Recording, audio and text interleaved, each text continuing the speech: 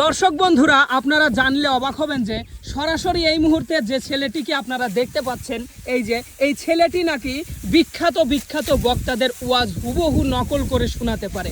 বিষয়টা জেনে কিন্তু আমি খুবই অবাক হয়েছি এবং আপনাদের সাথে শেয়ার করার জন্য সরাসরি ক্যামেরা নিয়ে মাঠে নেমে এসেছি। তো চলুন আমরা তার সাথে একটু কথা বলি। আচ্ছা, এই ছোট ভাই, ভাই আমরা যে জানতে পারলাম তুমি নাকি বিখ্যাত বক্তাদের ওয়াজ নকল করে শোনাতে পারো, একেবারে হুবহু নকল করে। ভাই, অনেকের মধ্যে তো অনেক প্রতিভা আছে, তার মধ্যে আমার হয়তো সামান্য একটু এই প্রতিভা। তাই নাকি? তুমি পারো? হ্যাঁ ভাই, পারি। বাবা, আচ্ছা তাহলে আমাদের আজকে একটু শোনাও তো দেখি। ভাই, কাজ করতেছি, সমস্যা কাজ। ভাই, হ্যাঁ ভাই, আমরা একটু নিয়ে যাই, হেনে নিয়ে যান, বেশি সময় নেন না, রোজ উঠে যাবেনি তো। না সমস্যা নাই। ও আচ্ছা, নাও, বেশি হলে 10 মিনিট, এর বেশি না। তা আসো একটু। ভাই তাহলে শুরু করি নাকি? হ্যাঁ, শুরু করো। প্রথমে আমি শোনাই হযরত আব্দুল খালেক শরিয়াতপুরী হুজুরের কণ্ঠে। আমার পাবনার বাবাজিরা, এই দুনিয়ার রং তামাশার কয়দিন বাইরা রে, একটা কথা মাথায় রাখো, আল্লাহ কিন্তু ছাড় দেয় কিন্তু ছেড়ে দেয় না। আমার বাইরা রে, কবরে যাওয়ার চিন্তা করিস আমার বাবাজিরা। মৃত্যুর পর যখন তোর আমল নামা বন্ধ হয়ে যাবে, সেদিন আল্লাহর কাছে জবাবদিহি করতে হবে, পৃথিবীর বুকে থেকে কি করলি না করলি রে বাবাজিরা। আমার বাইরা রে, যে কথাটা বলছিলাম সেই কথায় আমি আবার ফিরে যাই।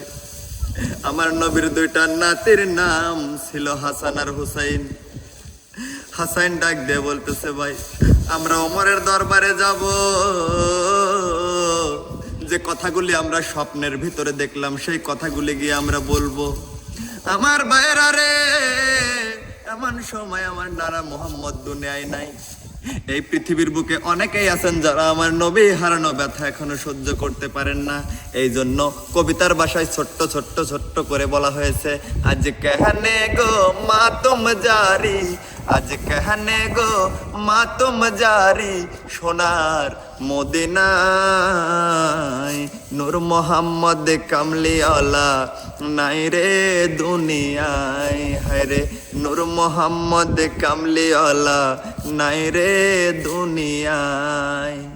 নবীজির ও পাতে শুনিয়া কান্দিয়া হযরত বেলাল গেলেন বেহুশ হইয়া।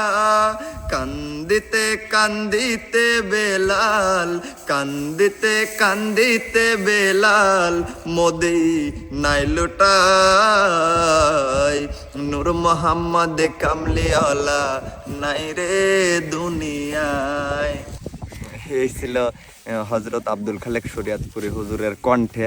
এখন আমি হযরত মাওলানা তোফাজ্জল হুজুর ওনার কণ্ঠে চেষ্টা করতেছি।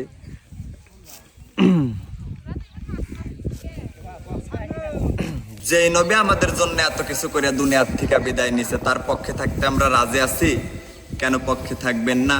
আমার নবীর জীবনী উম্মতের ব্যথায় কত ব্যথিত। আমার নবী যেদিন এই দেশ থেকে বিদায় হয়ে যাবে, সেদিন আমার আল্লাহ জিব্রাইলকে দিয়ে খবর পাঠাইছে, ও জিব্রাইল শোনো, আমার বন্ধু এই রক্তে মাখা জমিনের মধ্যে থাকতে পারবে না। আমার বন্ধুর দেহ মুবারক আমি আল্লাহর আরশের ডান পাশে দাফন হবে। জিব্রাইল খবর নিয়ে ডাকতেছে, হুজুর আল্লাহর সালাম গ্রহণ করুন। আমি জিব্রাইলের সালাম গ্রহণ করুন। আল্লাহর নবী গো, আপনার দেহ মুবারক আল্লাহর আরশের ডান পাশে দাফন হবে, আপনি খুশির সহিত কবুল করুন। আমার নবী কোনো কথা কয় না, দুইটা চোখের পানি জর্জর করে ছাড়তেছে। জিব্রাইল বলেন, ইয়া রাসূলুল্লাহ, এত সুন্দর প্রস্তাব নিয়ে আসলাম, কোনো কথা কন না, খালি কাঁদেন কেন জানতে চাই। আমার নবী বলেন, জিব্রাইল রে, তোমার জন্য খুশির খবর হতে পারে, আমি খুশি হতে পারলাম না, কেন পারলেন না? আরে জিব্রাইল, আমার দাফন আল্লাহর আরশের ডান পাশে দাফন হবে, আমি জানতে চাই আমার গুনাহগার ইতিম উম্মতের দাফন কই হবে রে? জিব্রাইল বলেন ইয়া রাসূলুল্লাহ আপনার উম্মতের দাফন এই জমিনের মধ্যেই হবে। আমার নবীর কান্না আরো বেড়ে গেছে। জিব্রাইল না না সইতে পারি না, আমি আরশে থাকবো আর আমার উম্মতেরা এই জমিনে থাকবে, আমার মন মানে না। জিব্রাইল রে আমার পক্ষ থেকে একটা প্রস্তাব আমার প্রভুর দরবারে তুলে ধরো না।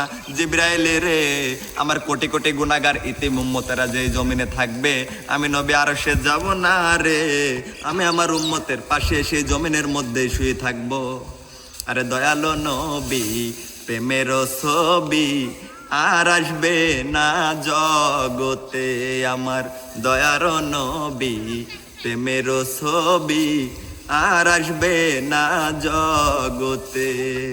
হাসর দিনে উম্মত বিনে, হাসর দিনে উম্মত বিনে যাবে না নবীজি বেহেশতে। দয়ার নবী প্রেমের ছবি আর আসবে না জগতে।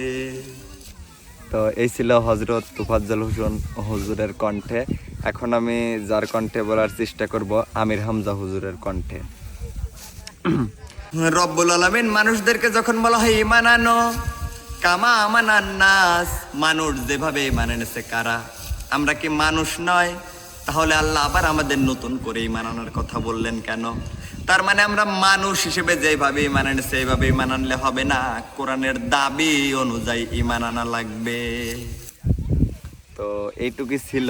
আর একটু পারি হচ্ছে ওয়াজ তো মনে থাকে না, হযরত হাফিজুর রহমান সিদ্দিকী হুজুরের কণ্ঠে একটু বলার চেষ্টা করি। এরে যুবক তোর পায়ে হাত দিয়া বলি রে যুবক, টুপি মাথায় দিলে যৌবন চলে যায়, তোর চাইতে আমি কম বুঝি না রে যুবক।